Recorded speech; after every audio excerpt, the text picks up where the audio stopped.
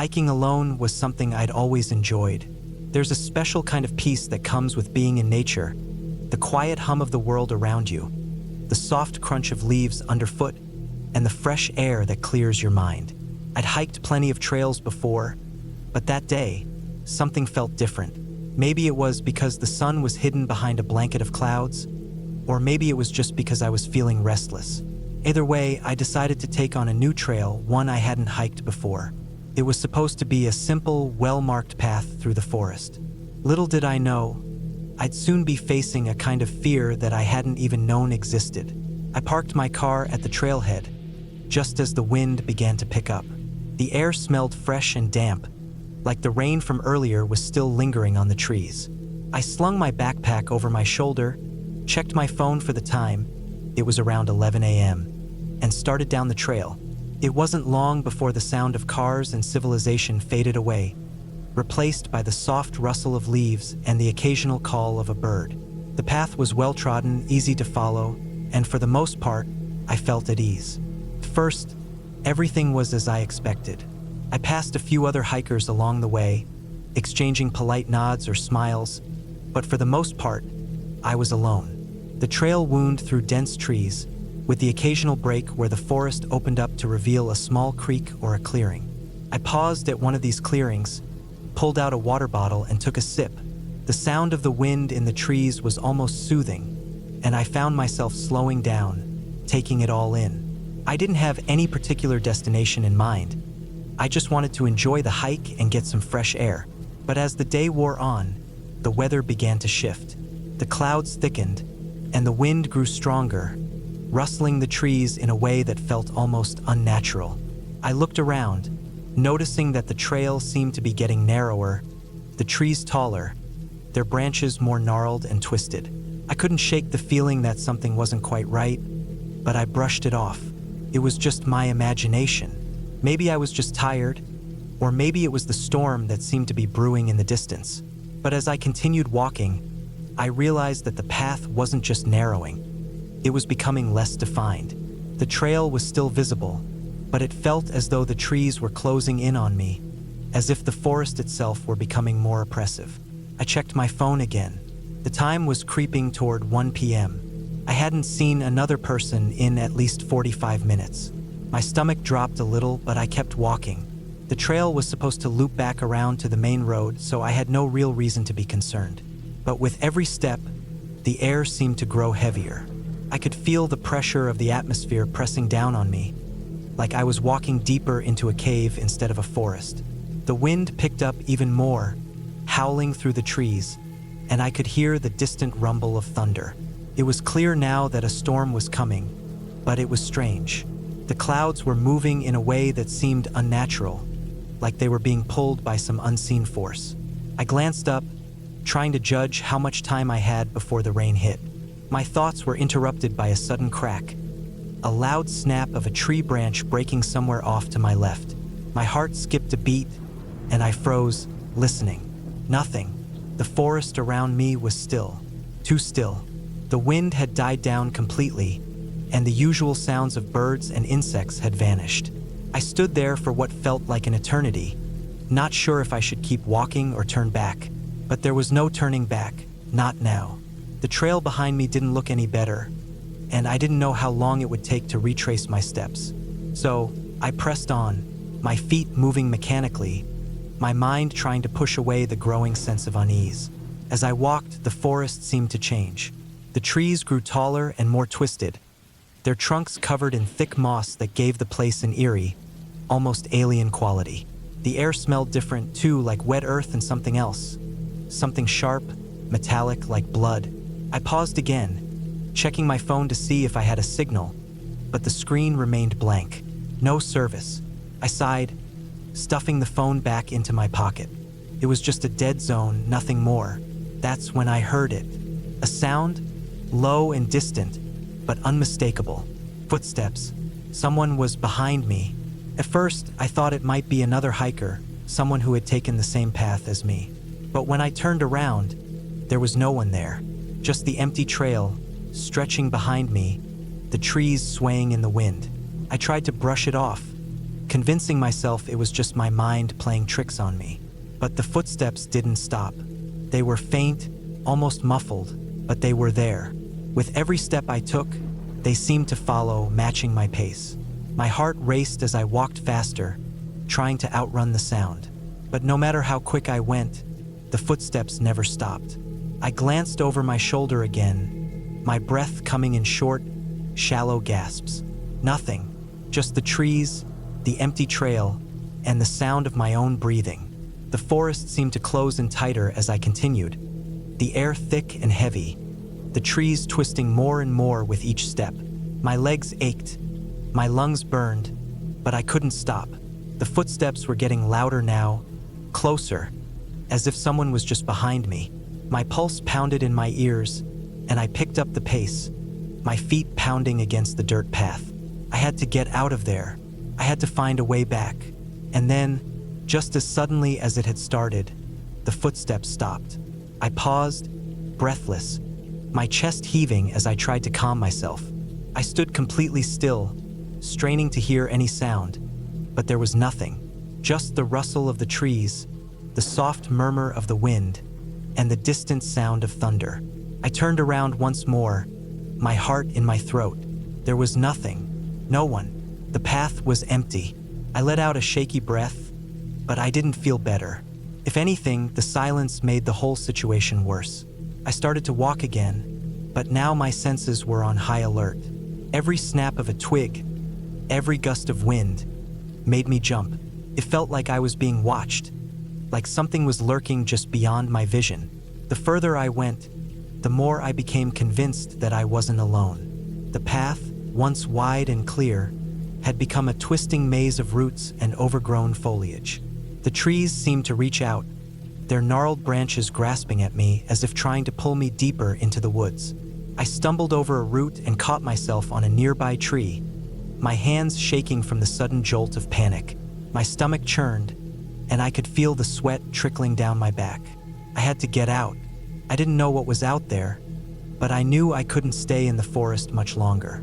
I started running, pushing through the undergrowth, ignoring the pain in my legs and the branches that scratched at my skin. I didn't care. I had to get back to the trailhead. I had to get back to safety. The storm was getting closer, the thunder louder, the air thicker with every passing second. Finally, after what felt like hours of running, I saw a break in the trees, the trailhead. My heart soared as I pushed forward, the end of the trail in sight. But just as I was about to step into the clearing, I stopped dead in my tracks. There, in the middle of the trail, was a man. He was tall, dressed in dark clothes, and standing perfectly still. His back was to me, but something about the way he was positioned made my blood run cold. His head was tilted at an odd angle, and I could hear the faintest sound, a low, rasping breath. I froze, my body trembling as I stood there in the shadow of the trees. I didn't know what to do. The trailhead was so close, but I couldn't bring myself to move. The man didn't move, didn't acknowledge my presence. It was as if he was waiting for me to make the next move. I took a slow step back, then another. Slowly, I turned around, making sure to keep my movements quiet. I didn't want him to notice me. The forest was still. The wind had died down completely, and the world felt suffocatingly silent. I couldn't look back, couldn't even think about it. All I knew was that I had to leave. I didn't stop running until I reached my car, gasping for breath as I threw myself into the driver's seat.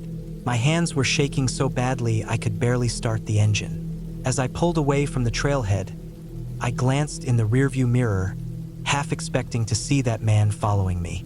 But there was nothing, just the empty road, the dark trees, and the feeling that I had narrowly escaped something that I would never understand. I drove home in a daze, my heart still racing, my mind spinning with thoughts of what had happened. There were no answers. I didn't know who that man was or why he had been there. All I knew was that I had made it out, and that was enough.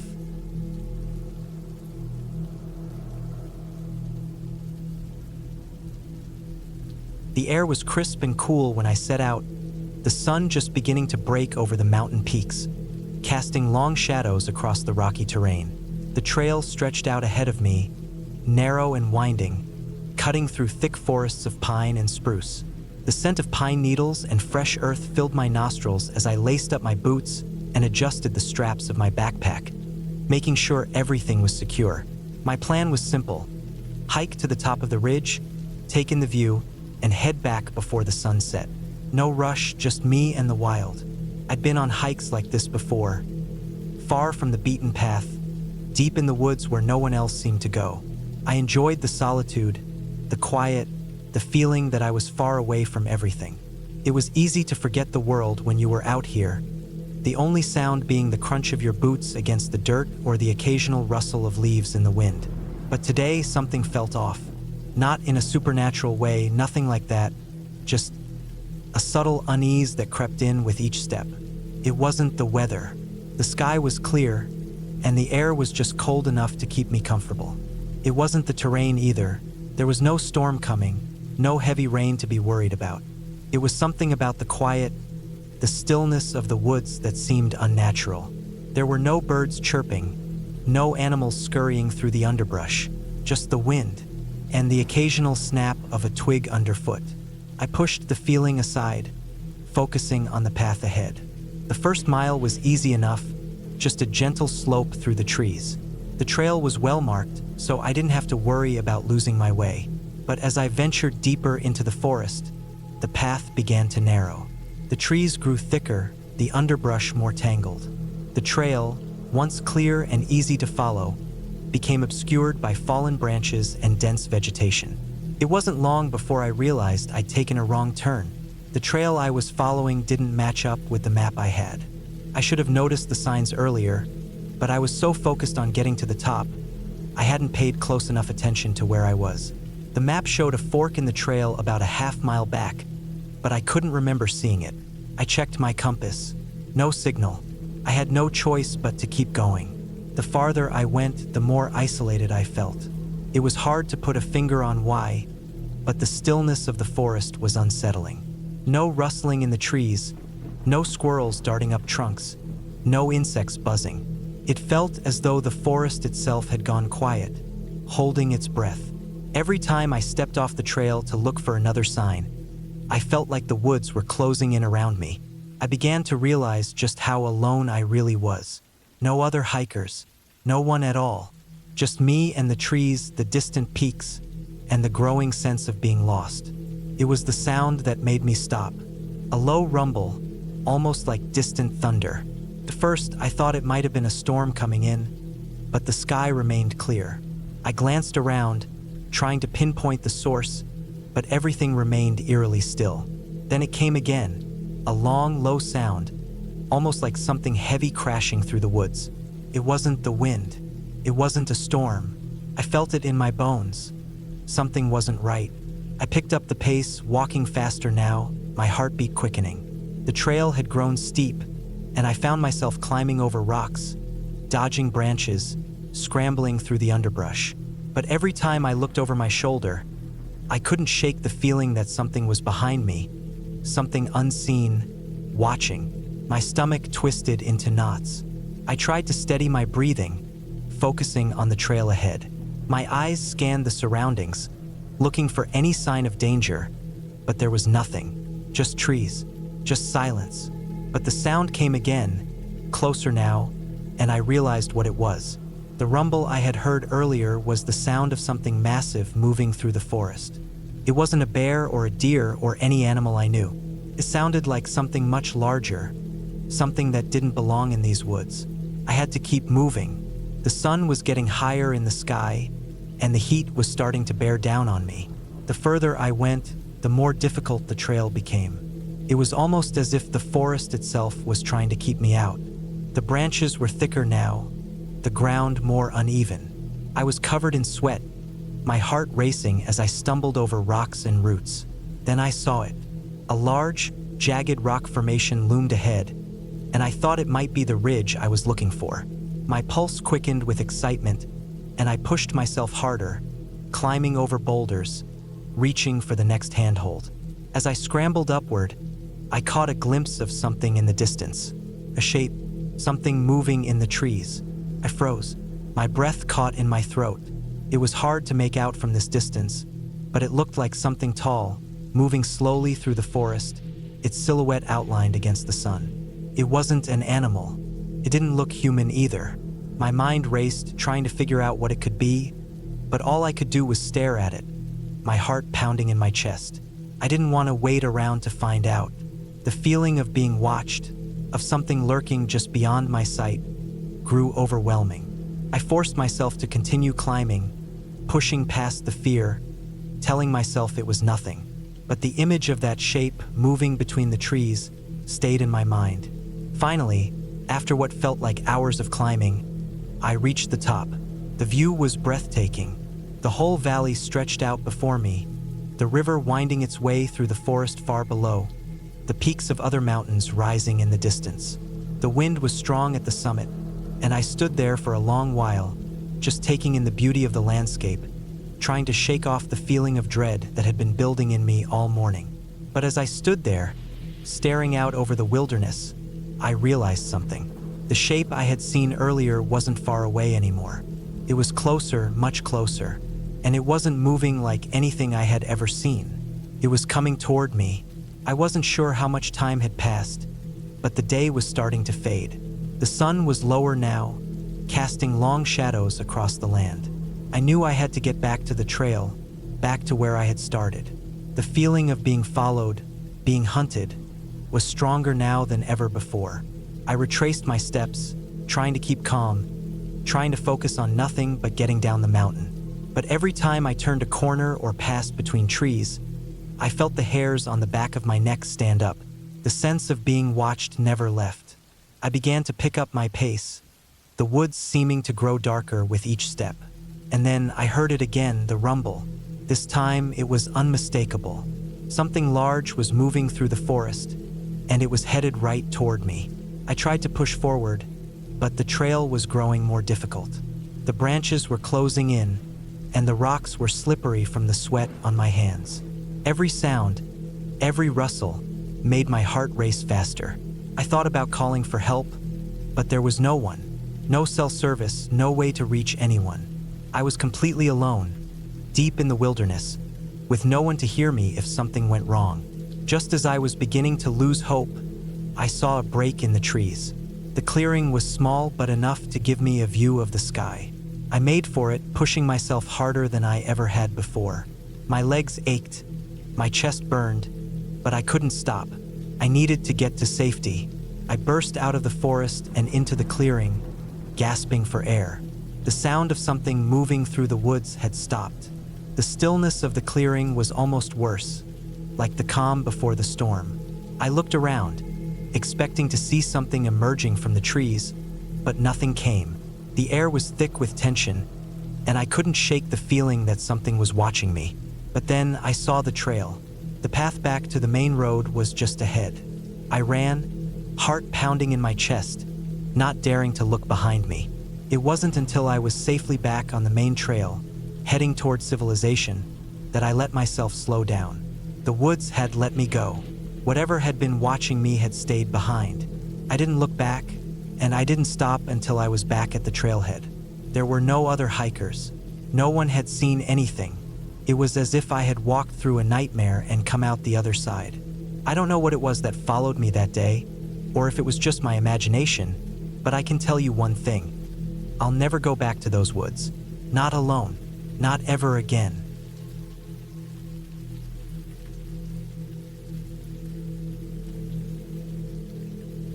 It's a warm afternoon, and the trail is quiet.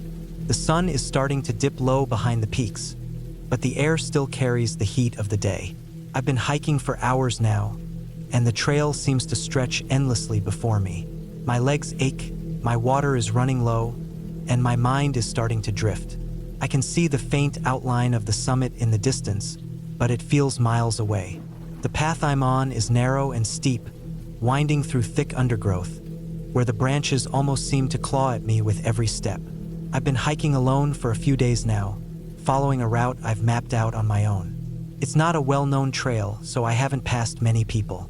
In fact, the only signs of life I've seen are a few birds and some squirrels. The solitude is both peaceful and unsettling. The deeper I go into the wilderness, the more I feel the weight of being so far from civilization. There's something about the silence that feels like it's pressing against me, like I'm being watched. But when I look around, there's nothing but trees and rocks. As I continue to push forward, the trail gets steeper. The path is barely visible now, just a thin, barely discernible line cutting through the thick forest. I'm moving slower now, focusing on each step, trying not to slip on the loose dirt or trip over roots that seem to appear out of nowhere. The air is thick with the smell of pine and earth, and I can hear the distant sound of a stream, though I haven't been able to find it yet. I reach a narrow ridge, and the view opens up before me. Below, the valley stretches out, the trees like tiny dots against the vastness of the landscape. In the distance, the mountains rise sharply, their snow-capped peaks glowing softly in the fading sunlight. I pause here for a moment, catching my breath. The view is breathtaking, and for a brief second, I feel a sense of calm, like everything is in its place. But that feeling doesn't last long. As I start to move forward again, I hear a sound, faint at first, but growing louder. It's a rustling, like something moving through the brush just off the trail. I stop, holding my breath, straining my ears to listen. The sound comes again, closer this time, and it's not the wind. It's deliberate, too rhythmic. I glance around, but there's nothing visible in the undergrowth. I try to shake it off, thinking it's just an animal, maybe a deer or a bear. I've heard them before on hikes, but the sound doesn't stop.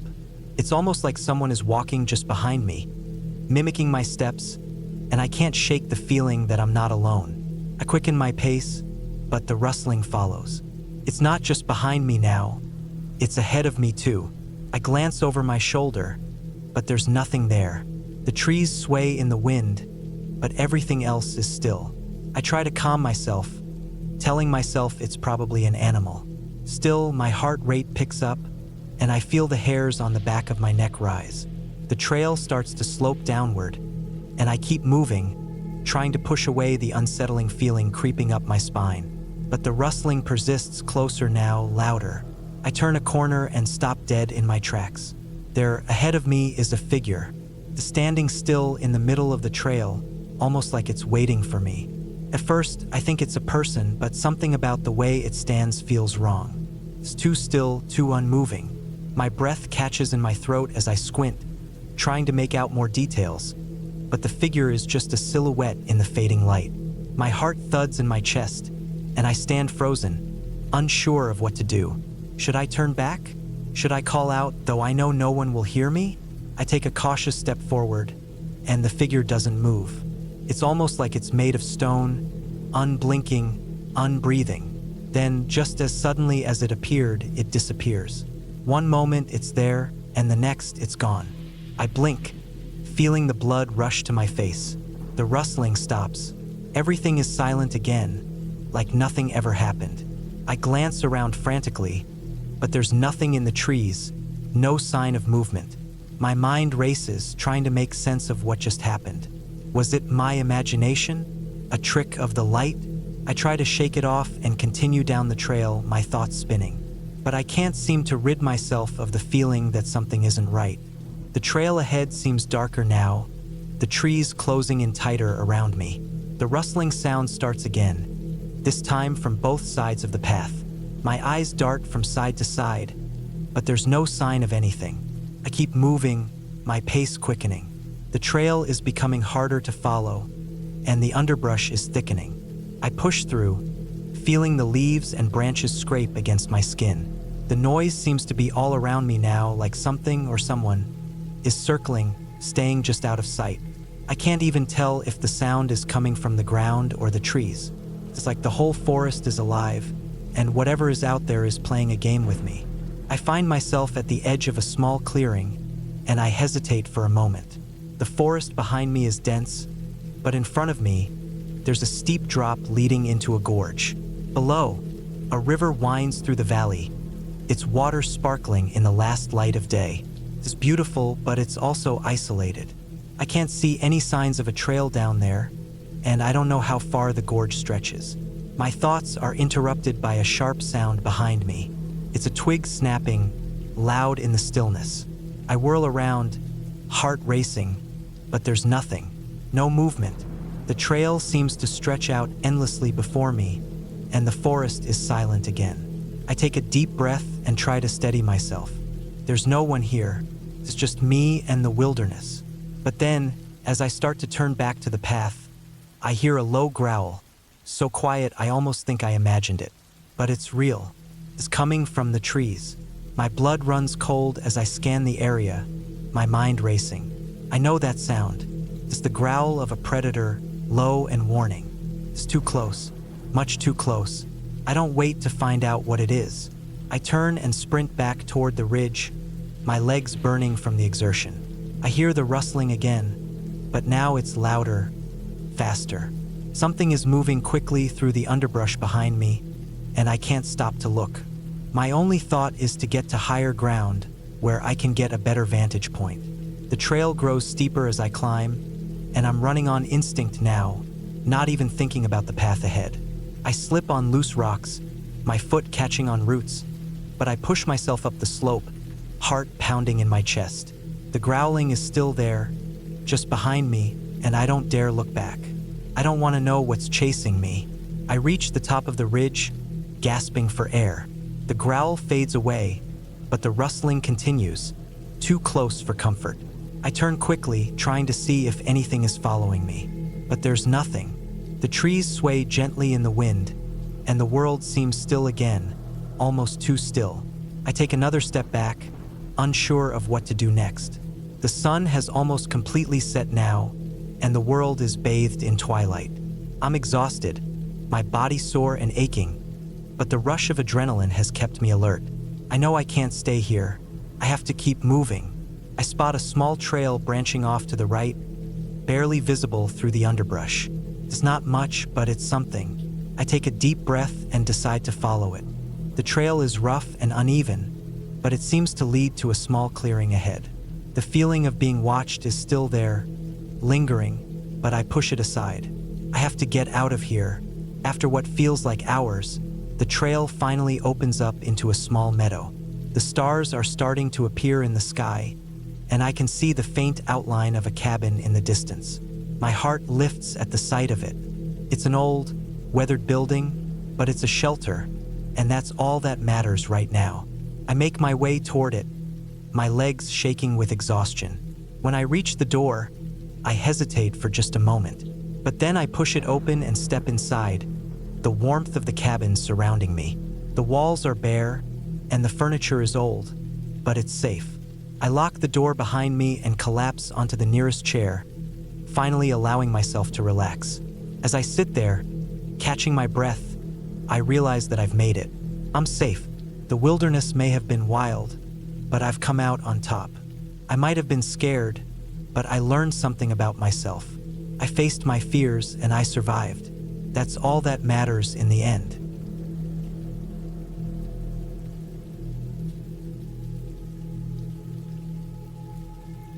I've always enjoyed hiking alone. There's something about walking through nature with just my thoughts that makes everything feel right. The silence, the sounds of the forest, the crunch of my boots on dirt or gravel. It all helps me forget the mess of everyday life. A few years ago, I took a trip to Oregon, just for a few weeks of hiking and getting away from things. I wasn't looking for anything special, just some peace and quiet. One afternoon, I was in a small town called Oak Ridge. It's surrounded by thick woods, mountains, and endless trails. I picked up a paper map from the local gas station. On it, there was a trail I hadn't seen online before.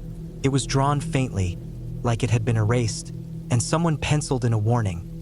"Do not enter, restricted area." The guy at the station didn't say much when I asked about it, just shrugged and said it was probably overgrown or closed off.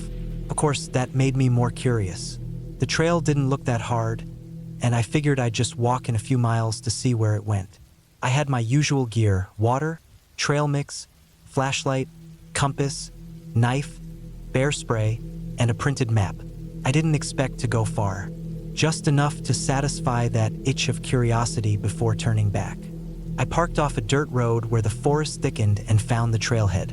It was overgrown but not impossible to see. The trees here were tall and crowded, their branches blocking out much of the sky. The air was damp and smelled like pine needles and moss. Every step I took felt like I was going deeper into something older, untouched. There were no signs, no trail markers, just a narrow path weaving between trees and rocks. For the first hour or so, everything felt normal, quiet, peaceful even. I saw a few deer, heard some birds, even saw a squirrel dart up a tree. But then things started to feel off. I began to notice how silent it was. No wind, no birds, not even insects, just the sound of my boots. It's hard to explain, but when a forest goes quiet like that, it feels unnatural, like it's watching you. I stopped walking and stood still. I listened hard, even held my breath. Nothing. I kept going, thinking maybe I was just being paranoid. I'd hiked in quiet places before. Maybe this was just one of those areas where sound doesn't travel well. But then I saw something that made me pause. Ahead of me was a tree, tall, wide, with a thick trunk, and carved deep into the bark was a large X. It looked old, but not ancient, maybe carved with a knife or an axe. I walked up to it, ran my fingers over the grooves. The bark was fresh enough that bits of it still flaked off. There were more trees like it as I went on, some with slashes, others with crude symbols I didn't recognize. Not art, not initials, just markings. Maybe trail markers, but they didn't look like any I'd seen before. About 2 hours in, I realized I hadn't seen a single sign of people. No footprints, no wrappers, no signs of campfires or makeshift shelters. Just untouched forest and those carved trees. That's when I came across the first trap. It was a snare, rigged between two trees, nearly invisible unless you were really looking for it. A wire stretched across the path, looped and ready to snap tight. I crouched and looked closer. This wasn't something made for animals. It was at knee height and strong enough to take a grown man down. I stepped around it carefully and kept going. Now I was alert, looking around constantly.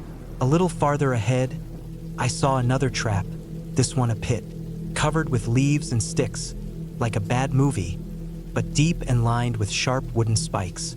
I felt a chill go down my spine. These weren't for deer or bears. These were meant for people. I should have turned around then. I knew that, but something made me keep going. Maybe I wanted to know who built them. Maybe I was just stubborn. Either way, I kept walking. Soon I came to a clearing. The trees opened up into a small meadow, but what caught my eye was in the center, a cabin. It looked like it had been abandoned for decades. The wood was gray and sagging, the roof had holes, and the windows were boarded up. But it wasn't collapsed, and that meant someone built it well. I walked closer, slowly, eyes scanning for more traps. The ground was littered with old tools, rusted saws, a broken shovel, bent nails. There were no tire tracks, no path leading in or out, just the forest pressing in on all sides. I stepped up to the front porch. The door was hanging off one hinge, creaking in the breeze. Inside, it was dark and smelled like mildew and something else, something metallic. I pulled out my flashlight and shined it around. The cabin was small. One room, a table in the center, a bed in the corner, and shelves along the walls. There were jars of what looked like dried food, stacks of yellowed newspapers, and a single chair pulled up to the table. On the table was a notebook. I picked it up. The pages were damp but readable. Most of it was rambling. Notes about people, numbers, dates, and scribbled words like trespassers and survivors. One page said, asterisk, they come at night. They think I can't hear them, but I do, always. Asterisk another had a list of names crossed out. I didn't recognize any of them. I put the notebook down and turned to leave, but then I saw it. In the corner, under a tarp, was a pile of clothing. Torn, dirty, and stained. Boots, jackets, backpacks. None of it looked new, but it wasn't decades old either. I spotted a water bottle just like the one I carried. I backed out of the cabin fast. I moved quickly but carefully, keeping an eye out for more traps. My heart was pounding now. I didn't know who lived or had lived there, but I knew I didn't want to meet them. I made it back to the path and turned to retrace my steps. That's when I noticed it. Footprints. Fresh. In the dirt. not mine. They came from the other direction, stopping right where I had stood earlier. They were boot prints, big ones. Whoever it was had been following me, maybe watching me. I spun around and looked into the trees, but I didn't see anyone. I started moving faster, no longer trying to be quiet. I just wanted to get out. The forest felt tighter now, like the trees were pressing in. I remembered the snare and stepped carefully around it, but something felt different. The wire was gone. I kept going, breathing hard, eyes scanning everything. I stopped once to catch my breath, and that's when I heard it. A faint snap, like a twig breaking underfoot, came from behind me. I didn't wait. I broke into a run. Running in the woods is dangerous. Roots, rocks, low branches, it's easy to fall. But I didn't care. I just wanted to be out. I knew the direction I had come from, and I stuck to it, compass in hand. My legs burned, my chest ached, but I didn't stop. I don't know how long I ran. Maybe 20 minutes, maybe longer. At some point, I noticed the trees were changing, less dense. The light was brighter. I pushed through a line of bushes and saw the dirt road where I had parked. My car was still there. I sprinted to it, threw open the door, and drove off without looking back. I didn't tell anyone. I didn't report it. I don't know why. Maybe I thought they wouldn't believe me. Maybe I just wanted to forget it happened. But I kept the map, and sometimes I look at that faint line with the warning written in pencil. I haven't hiked alone since that trip. Not because I'm scared of nature, but because I learned something that day. There are places people aren't meant to go. Not because of ghosts or monsters, but because of people. People who don't want to be found. People who are willing to hurt strangers to protect whatever life they've built out there. I was lucky. I got out. But I think about the traps, the notebook, the pile of clothes. I wonder how many didn't. And that's why I don't go off trail anymore.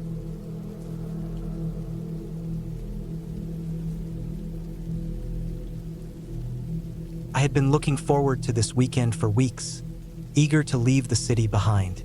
There's something about the woods that always calms me. The cool air, the scent of pine trees, the sound of the wind whispering through the branches. I was craving the peace that only nature could give me. So, I packed my backpack with essentials. A map, water, a couple of granola bars, a flashlight, and my trusty pocket knife. Nothing fancy, just the basics for a solo day hike through a trail I had read about online. It wasn't particularly challenging, but I wanted something that could push me a bit, enough to make it interesting but not overwhelming. I parked my car at the trailhead early in the morning, just as the sun was beginning to rise. The light filtered through the trees, casting long shadows on the ground as I slipped my backpack on and adjusted the straps. The temperature was perfect, not too hot, not too cold. I could hear the distant sound of birds chirping, the wind rustling through the leaves. I felt that familiar sense of freedom as I set off down the trail, breathing in the clean, crisp air. The first part of the trail was easy, flat, wide, and well-maintained. I moved at a steady pace, not rushing, just enjoying the simplicity of it all. I could see a few other hikers here and there, but the trail wasn't crowded. It felt like I had the whole forest to myself. The path twisted and turned, leading me deeper into the woods. The trees were thick and tall, their canopies blocking out most of the sun, creating a cool, shadowed world that felt both soothing and a little mysterious. I'd been on trails like this before, but something about the quiet of this place made it different. After a couple of hours of walking, the trail started to narrow. The dirt beneath my boots became rougher, more uneven. I knew I was heading into more rugged terrain, so I stopped for a moment to take a sip of water and check my map. According to the map, I was still on track, but I couldn't help but feel a strange sense of isolation. The deeper I went, the fewer signs of civilization there were. No more other hikers, no more sounds of cars or distant houses. It was just me and the forest now. I shook off the feeling and kept moving, telling myself it was just my imagination. But the deeper I went, the quieter it got. The birds seemed to have stopped singing, and the wind had died down. The only sound now was the crunch of gravel and dirt under my boots. It wasn't unsettling at first, more like a curious silence, one that made me feel like I was walking through a world that existed just for me. But as I continued, the quiet seemed to stretch on, too long. I thought maybe it was just the thick forest canopy blocking out the sounds from outside. But there was a part of me that wasn't so sure. By the time I reached the next marker on the trail, I realized I hadn't seen a single other person in hours. It was odd. I had expected at least a few more hikers, but it was like the trail had emptied out. I paused at the marker to check my map again, just to make sure I hadn't missed a turn or taken the wrong path. I hadn't. According to the map, I was still on the right track. I pushed ahead, trying to shake the feeling that I was being watched. It wasn't anything tangible, just a strange, nagging sensation at the back of my mind. But that was probably just nerves. It was getting late, and the sun was beginning to dip lower in the sky. I wasn't too worried. I knew I still had plenty of time to make it to the next campsite, where I planned to rest for the night. The trail began to climb as I entered a more hilly area. The rocks were loose, and the incline was steep, making each step more difficult. Sweat started to form on my brow, but I didn't mind. The physical challenge felt good, and I was still determined to make it to the campsite before dark. I paused for a moment to catch my breath and take another swig of water when I noticed something odd. There was a small wooden sign on a tree up ahead, one that wasn't on the map. It was hard to read from this distance, but I could make out a few faint words carved into it. Curious, I walked over to inspect it more closely. The carving was rough, the letters uneven, as though it had been done hastily or by someone with little experience. It read, "Danger, stay away." I stared at it for a moment, trying to make sense of it. I wasn't sure if it was a joke or something more serious. The sign didn't look like it had been there for long, but it was odd to find something like that on an established trail. My heart began to race a little, and I suddenly felt uneasy. I looked around, but all I could see were trees and rocks, the trail stretching ahead into the wilderness. I wasn't sure what to do. I could turn back, but that would mean retracing several hours of difficult hiking, and the sun was already starting to set. My campsite was still a good distance away, and I didn't want to risk being out in the dark. Plus, I didn't want to overreact. Maybe the sign was just someone's idea of a prank. Maybe the trail did get dangerous further on, but I didn't think it was anything to worry about. I took a deep breath, shook my head, and continued on. The feeling of being watched had faded, but the sign lingered in my mind. I pushed myself harder, trying to ignore the creeping doubt. The trail twisted and turned, and the sun dipped lower and lower, casting long shadows through the trees. I was getting close now, only about half an hour from the campsite. I could see it in my mind, the small clearing where I would set up my tent and make a fire. Then I heard it. It was a faint rustling sound, something just off the trail. I stopped in my tracks, listening intently. The sound wasn't loud, but it was clear enough. It was like something or someone was moving through the underbrush. I froze, my heart pounding. I was alone, right? I hadn't seen anyone in hours. I couldn't help but feel a jolt of fear.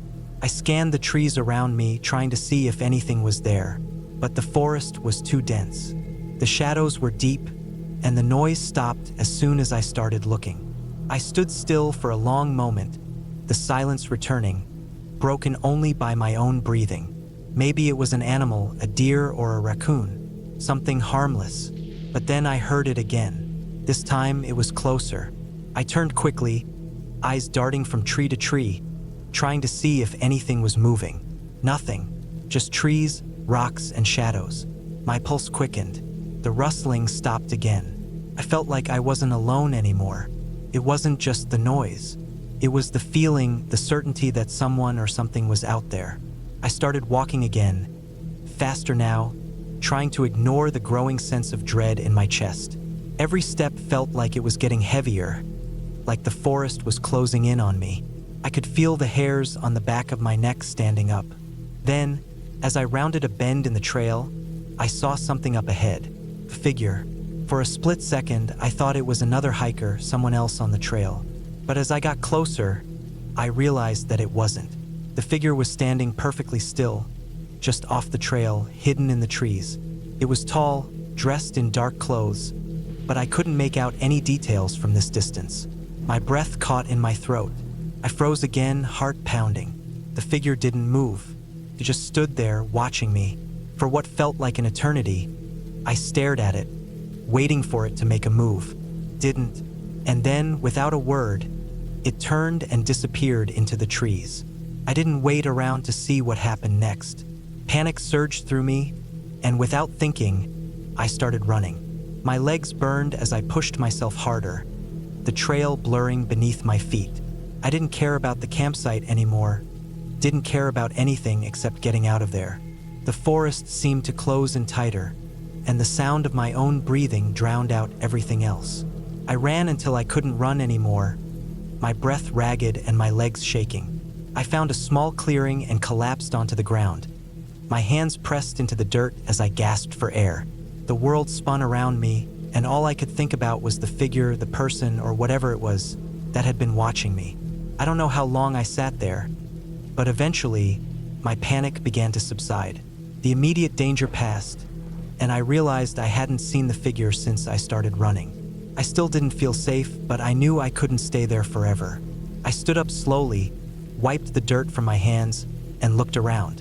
The woods seemed peaceful again, but I knew better than to trust that feeling. It took me several more hours to make it back to the trailhead, constantly checking over my shoulder, feeling the weight of the forest pressing down on me. But as the trailhead came into view, I felt a strange relief. The world outside the woods was still there. I was safe. I don't know what I saw that day or who or what was out there in the trees, but I do know this. The woods are full of mysteries, and not all of them are meant to be solved. As I drove home, I made a promise to myself. Next time, I'd choose a trail with more people, one that felt a little safer. Maybe it was a little silly to be scared, but I wasn't going to take any chances again. I'd learned that sometimes, the best thing you can do in the woods is leave what you don't understand behind. And next time, I wouldn't ignore the signs. The forest might be beautiful, but it's also a place full of things you can't control.